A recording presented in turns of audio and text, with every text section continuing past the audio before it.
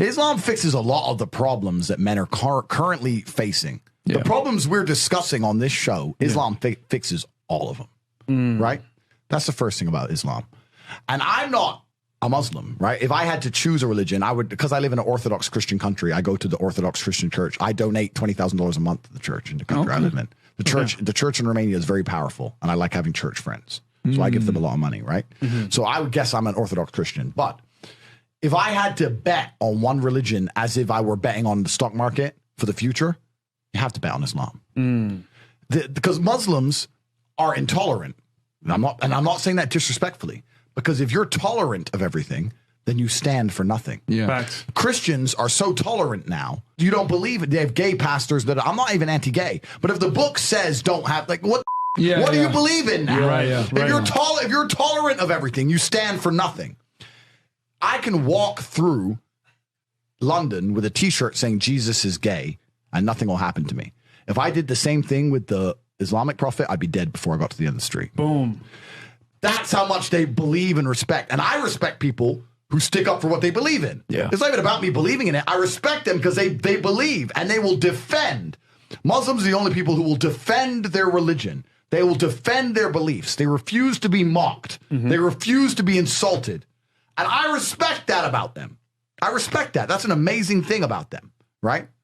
And the third point is, and I've been all around the world, some of the best countries in the world today are the first world Muslim nations. Yeah. Qatar, you can go to Qatar, you can fall asleep with $1 million on your lap in the middle of the street. Nothing's going to happen to you. Saudi Arabia as well. well. You can go to Saudi, nothing will happen to you. You can go to Dubai, UAE, nothing's going to happen to you. They leave their cars parked with the keys inside. It's so safe. Yeah. Wow. Yeah. It's so safe.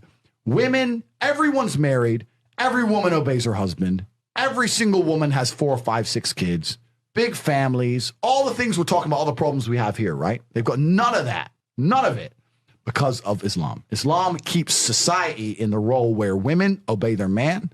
Women have children. Women have big families. Women are exceptionally happy to do so. Yes. Before some Western girl comes in here and runs her mouth, the Islamic women are happier than any you're going to see in the club tonight. They're very true. They're happy. Society is functioning.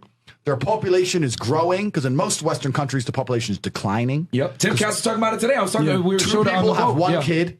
Doesn't work. Doesn't work, right? 2 people need to have 3.1 kids because people die, right? People die prematurely, blah, blah, blah, blah. Yeah. So we have population problems in the West. They have none of the population problems. Society is functioning. And that's what society is. Society starts at the smallest possible group. You have families, and families make a street, and that street makes a village, and that village makes a town, that town makes a city, and that city makes a country. So if it's broken at the very fundamental level, if its family level's broken, then it's broken the whole way up. Yep. And that's what's happened in the West. And the first world Islamic countries have none of those problems. So if you're going to talk about a belief system that fixes issues, you need to go to Islam. And I will say this that will fix everything. In fact, I just have absolute, even though I wouldn't identify as Muslim, I have absolute respect for the ideology, respect for the mentality, respect for the warrior aspect of it. I respect it. They don't play. They don't play. You can't insult their shit. But you can insult the church all day. You can make fun of it. There's a show on Netflix about a gay Jesus. That's a joke, right? Ha, ha, ha.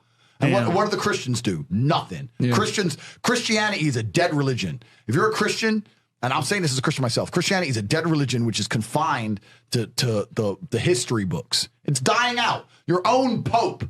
The Pope goes up there and talks LGBTQ shit. That's crazy. It is over. You don't stand for anything. You don't believe in anything. You have no boundaries. You're walked on. You're mocked. The whole thing is a joke. Being a Christian now is nothing more than advertising you're a loser. It's a losing religion because you've lost to Islam.